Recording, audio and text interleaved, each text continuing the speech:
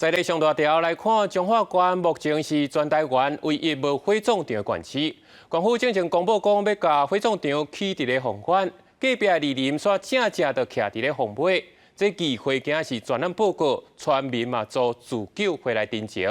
县府是表示讲，详细要起伫咧倒位，目前是也咧评估，嘛一定会甲在地好好沟通。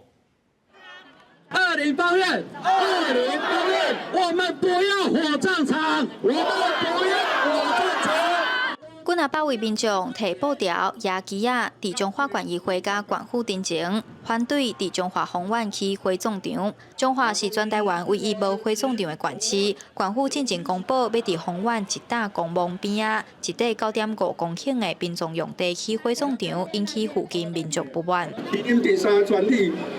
红湾乡2个专利，遐人口遐密集的所在，讲迄哦，所以群烟稀少。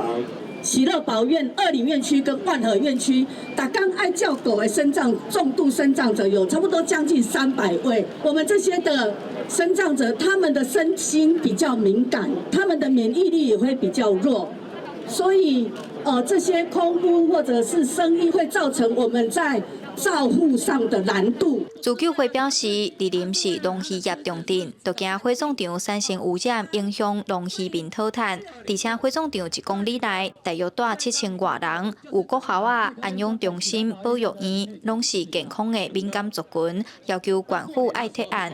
议长谢展林参民政处副处长收下တင်情书，县长也伫专案报告时回应讲，会坚持做对的代志。惠美还是会秉持做对的 事，做应该的事，为彰化县未来有利的事情。各位的诉求，我们都能理解，也都接受到了。